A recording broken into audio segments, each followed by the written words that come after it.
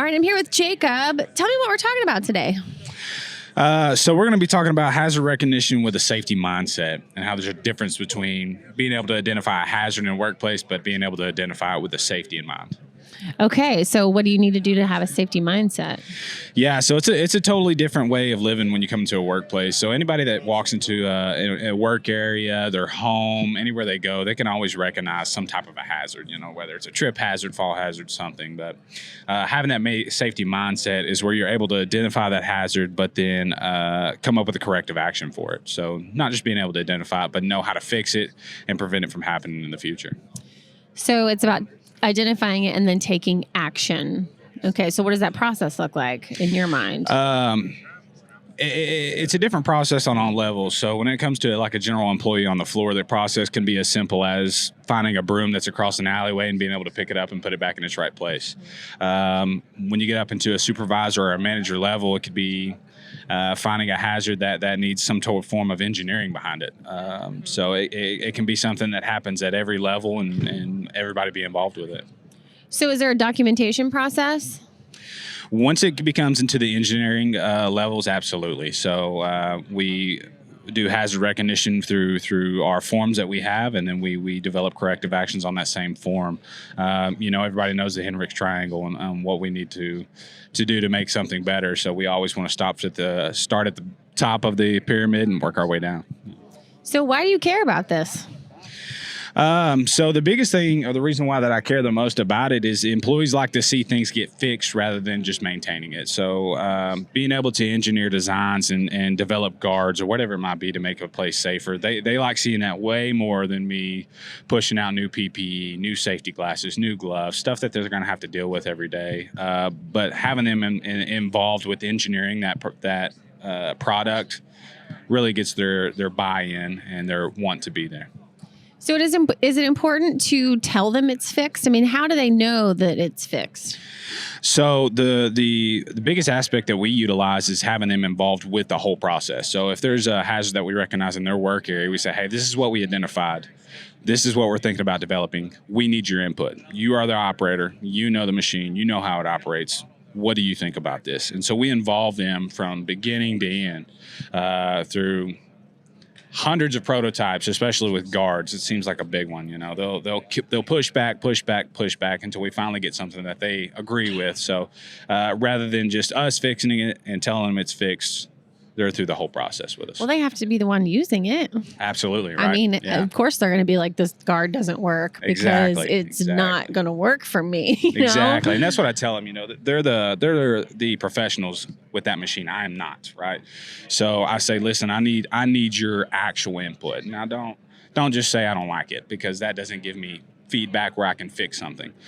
Tell me how it's going to affect your day-to-day life, and that's stuff that I'll take into effect. So were you ever on the operating floor, or were you always in management? Yeah, I was definitely on the operating floor, not with my specific company that I work with now, but before I went into the military, I worked construction, laid tile, roofed, everything you can think of, I probably did it. So I know what it's like to be on that. Did you always care about safety, or were you a young guy at one point that was just like, this is dumb? Yeah, I was that guy at one time. Yeah, so I didn't actually get into safety until I was in the military. You have a specific job that you do, but then once you become a certain rank, you have to pick up what they call a B billet. You either choose it or they're going to choose it for you. So didn't want them to do that, so I just picked safety coordinator, and that's kind of where my journey began. So you picked safety coordinator. You chose it. You were like, I'm going to learn something here. But what did you really learn? Like, what did something change in you? What was was there like a spark that kind of shifted your mindset? So when I was actually doing the operations of being a safety coordinator, there was nothing that really piqued my interest until I had the opportunity to meet with the base coordinator, which did all the OSHA regulations, all the building audits, fire inspections, all those things. When I got to meet with him and learn what his job was, that's what really piqued my interest and was like, this is something that I want to do. Why? Why'd you like it? He had a really nice office. Yeah, that was kind of it. Yeah. I love the really honesty. Nice office. I want the one on the corner with the windows. That was it. It was the nice office. No, it was being able to see how he helps people throughout the day, discovers issues that he finds, and then corrects them. So it was the constant employee interactions.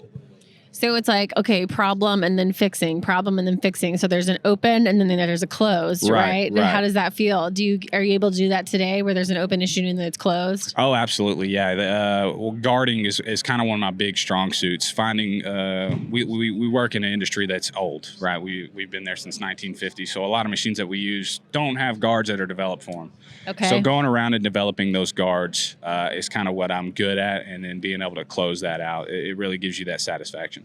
So is your sweet spot really the designing of the guard? Like, what is the thing that excites you the most? Yeah, so designing the guard is really fun for me. I use a 3D software.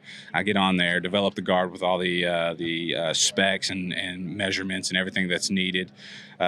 We build it out in the 3D software. I go out to maintenance and I fabricate it myself using whatever I need to do, put it on the floor, and then let them decide if they want to keep it or not. And then that's when it kind of sticks. It's whether all those prototypes you have to go through before something actually makes sense. So. There's so much that we do in our jobs that don't excite us, right? It's just like, this is the way it goes. But it's inspiring that you found something about what you do that really lights you up and it excites you, because we still have to do those other things that don't really excite us.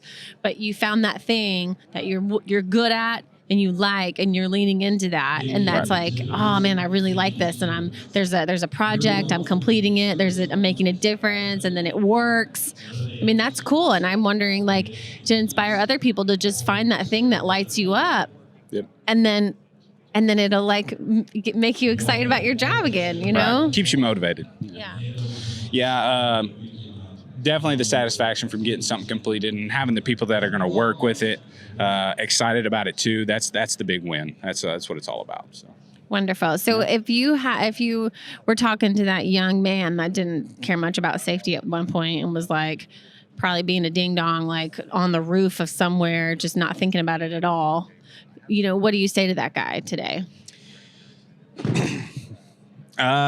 Change your ways, be better. There's always a better way, and just go back and try to make him better than what he is. Well, I mean, it's hard though, because when you're young, you just think you're invincible. I mean, I think it's just it's experience. You know what I mean? And it's like, and I've heard the Brothers Keeper a lot this conference, and I think that for a young person that doesn't care, you almost have to care for him until he cares for himself, because just until that person has the experience, because we're just idiots. We're idiots when we're that age. I mean, we're idiots for a long time, actually, probably.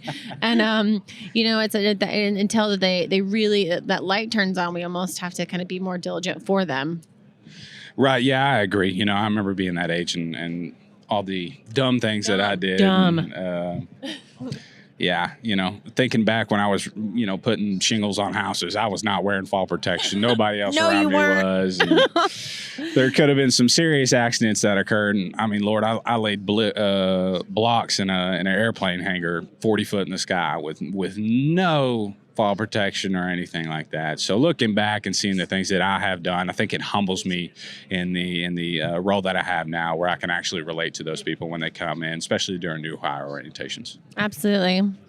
Well, thank you so much for coming. I really, really appreciate it. It was good talking to you. Thank you for having me.